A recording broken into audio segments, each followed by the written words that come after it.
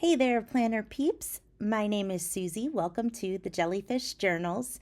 What I thought I wanted to talk about in this video today is how do you just jump into a brand new journal?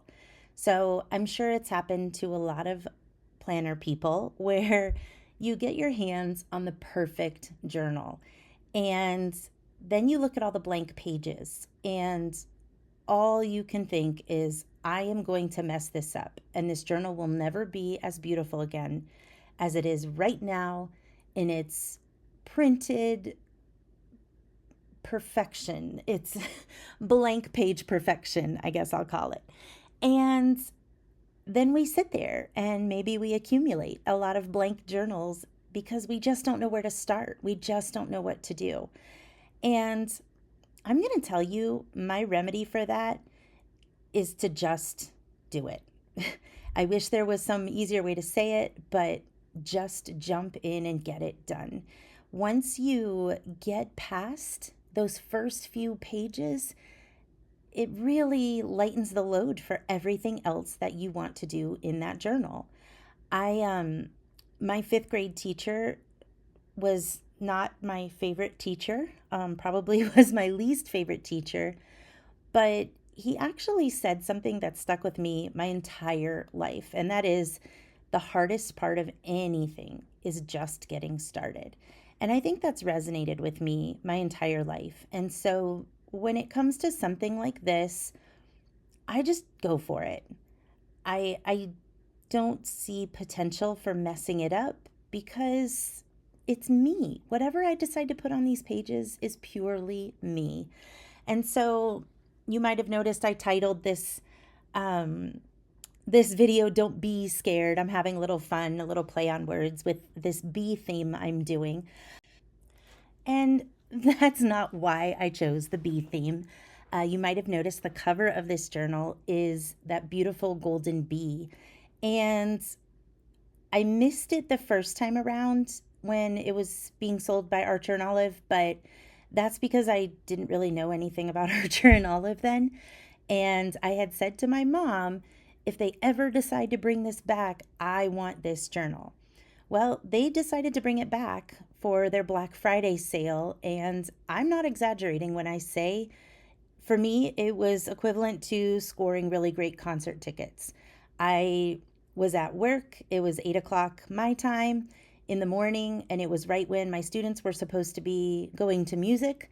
And I was so nervous that I would not be able to get my hands on one of these. So the teacher next door, who is a huge concert fan, um, she totally understood and took my class to music for me so that I could be right there as soon as it was released and order my copy. And so um, I have this beautiful bee journal now, and I just love the idea of the first few pages of the journal kind of going along with the cover.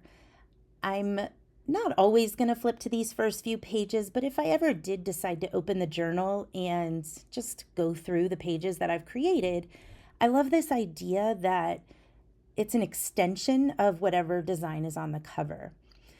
And bees have always, I don't know, I don't want to make it sound bigger than it is, but I really have always loved bees.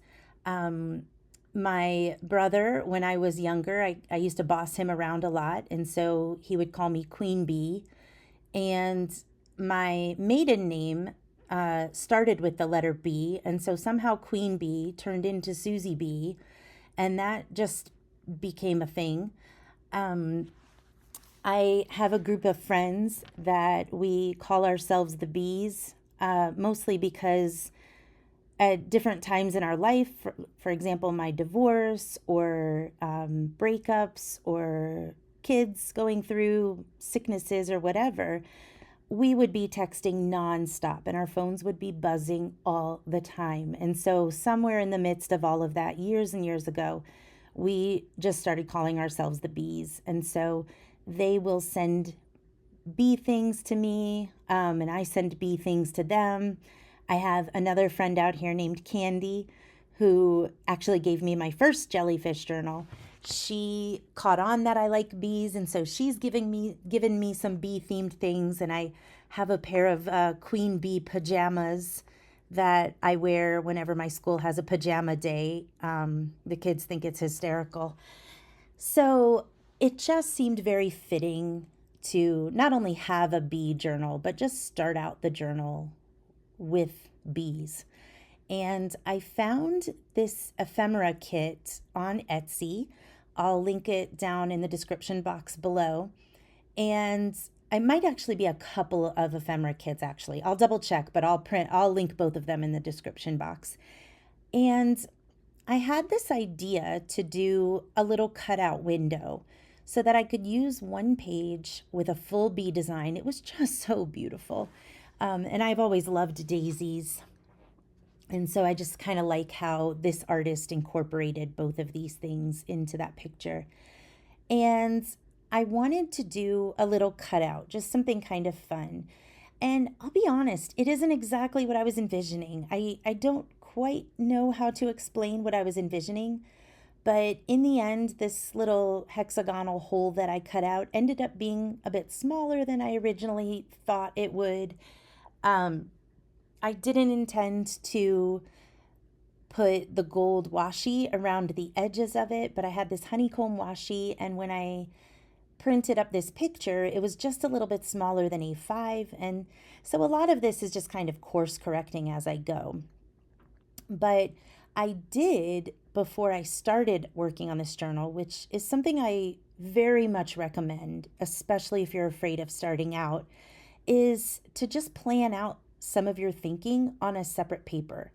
It doesn't have to be an A5 size. I've done it on sticky notes before. If you saw my January 2025 reading journal peacock layouts, then you saw I planned all those out on little post-it notes, little sticky notes. So it doesn't have to be proportionately correct or sized right.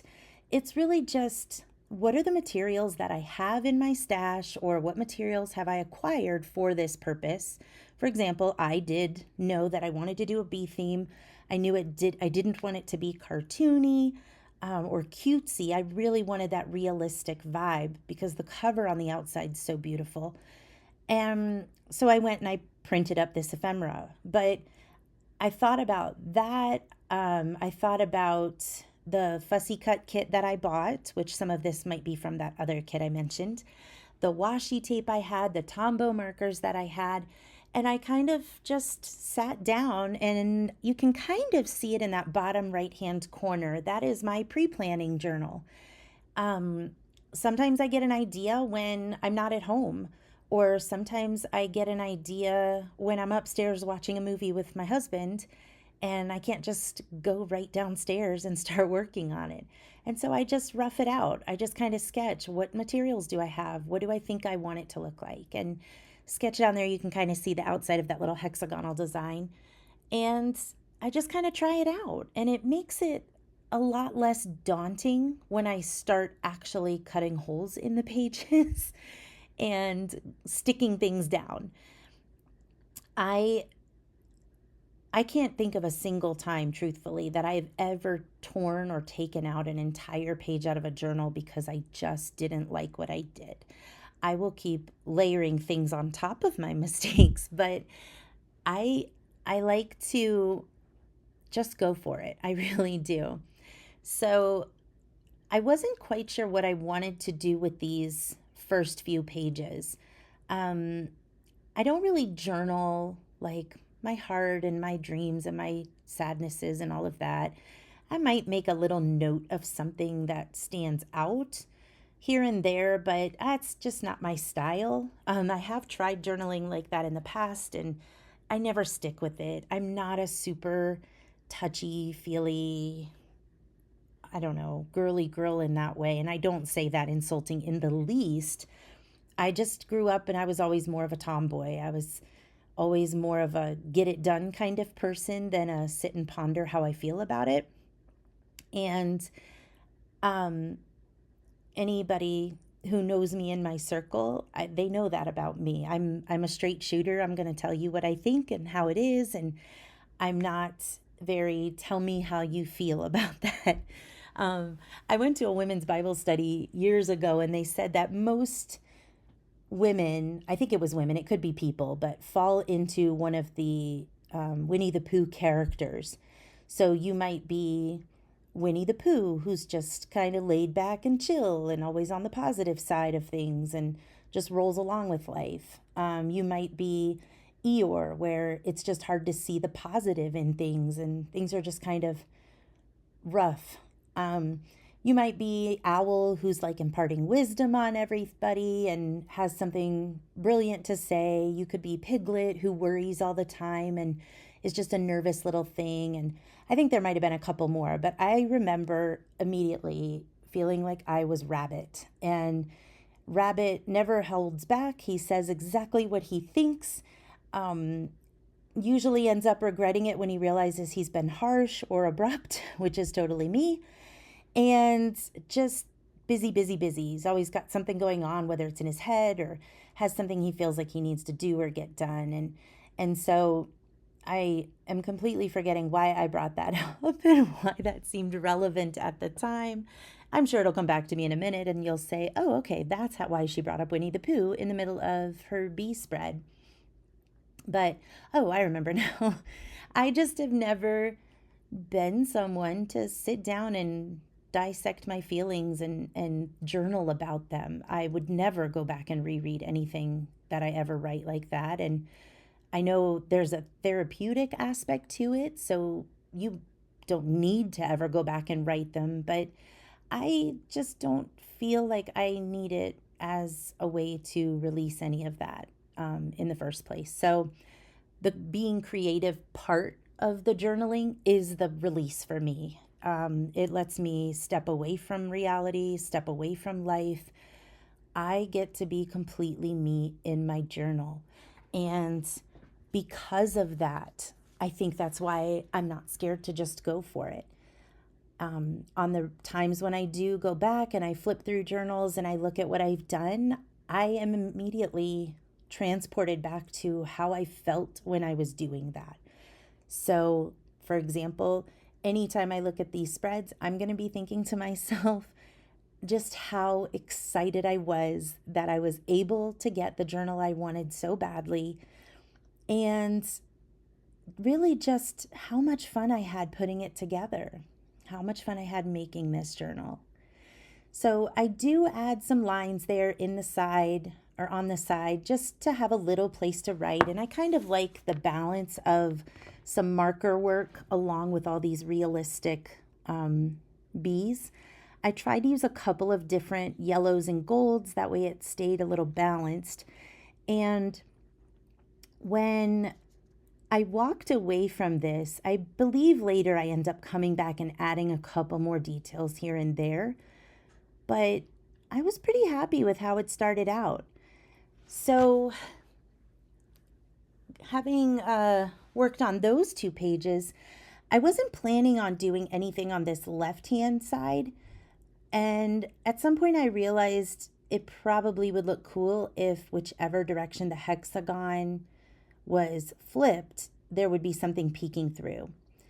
And oh, these little flower stickers. So I had just bought this little Happy Planner sticker book. I'll link it down in the description box below also, but I had just bought it that day at Hobby Lobby. My husband and I went shopping to get my friend Amanda a birthday present.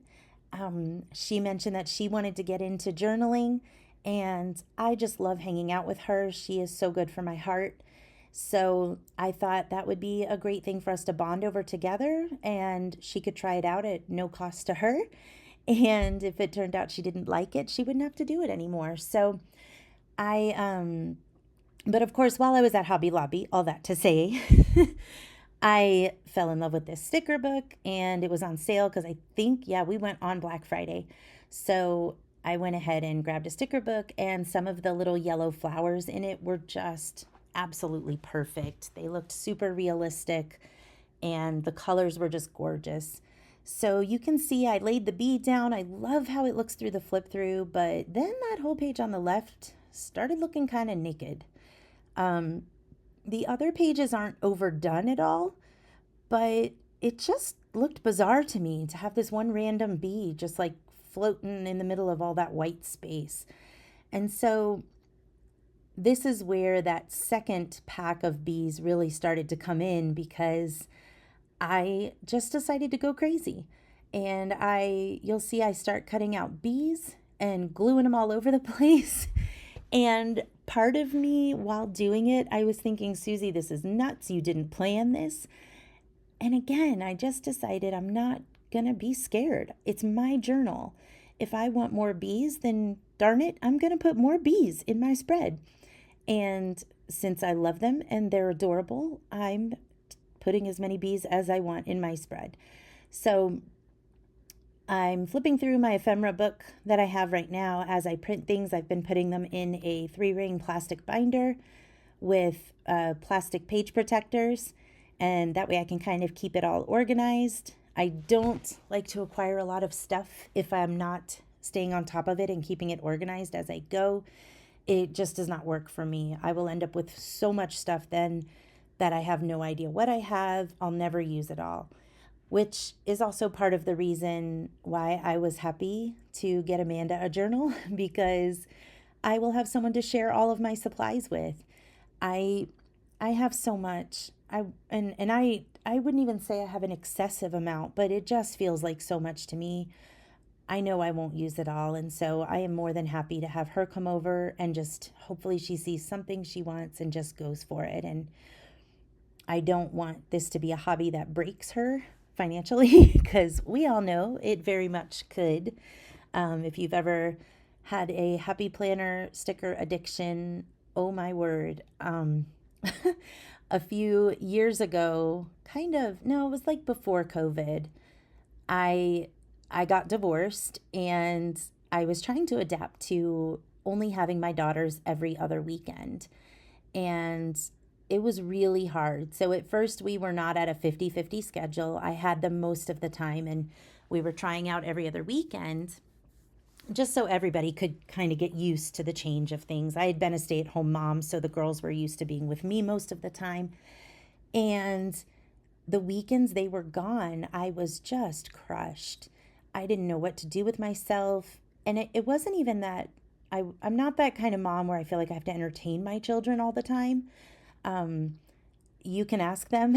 I am very much the kind of mom who says, go find something to do so that I can go work on my journal or read a book or something. And that's just how we roll. My parents didn't entertain me growing up, and I didn't feel the need to entertain mine. But it was more of a lack of their presence in the house that was really hard for me. I felt their absence. So even if they would have been in the basement or in their own rooms the entire weekend and I wouldn't see them at all, which my older daughter was a preteen at the time. So I'm sure if you have any pre-teenagers in your life, you know that that's very possible for them to live in their bedroom for a weekend and never see them come out. But I had to find a way to fill that time. And so I started happy plannering, or working in my happy planner. And I just ended up acquiring a mass of happy planner books. Sadly, as the years went on, I remarried and acquired 2 stepchildren, and life just got really busy, and it was I also started going back to work, and it was just kind of hard to find the time for it. Again, I know I say it, I feel like I say it every video. I am very slow. I watch planners like Kel of a Plan, and she can whip out a planner page so fast, and I just can't seem to do it. I was spending 2 hours on a 1-week spread, and so I was having to spend 2 to really 4 or 5 hours every other weekend, because I would try to set up 2 weeks in advance so I wouldn't take time away from my daughters. And anyway, wasn't working with the new life and new kids and all the things. So sadly, I sold all of my happy planner books. Somebody out there was very happy. And yes, now I'm kind of regretting it, only because I had no clue I would cycle back to this. But yay for printable ephemera kits and fussy cut pages. I am like a kid in a toy shop. I have been downloading them and adding them to my wish list and just having so much fun. So you can see I just went a little nuts with the bees. I don't like that last bee. It looks like a fly, but whatever, it gets to stay. So all of these bees, then I've got my little window cut, and I think I'm going to glue some of that washi down. I still wanted this flower somewhere. Did I end up leaving it there? I can't remember. I must. If I trim it, I must have committed.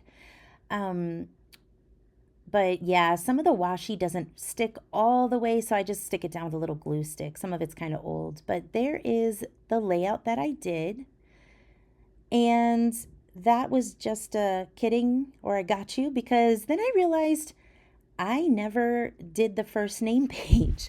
And I didn't even realize it until a couple of days later. So we're diving right back in, and I'm going to show you what I ended up doing. So I took a little bit more of the ephemera. There was some bees on envelopes and glued those down, added some washi in a little honey pot and put my name in there, but I went with Susie B. At this point, I have done a little bit of journaling. I hope this really encourages you planners to not be afraid to just jump in. This is for you. You do this for you. And I hope that you guys have a great day. I hope you have a lot of fun planning. And don't forget to like and subscribe. Bye.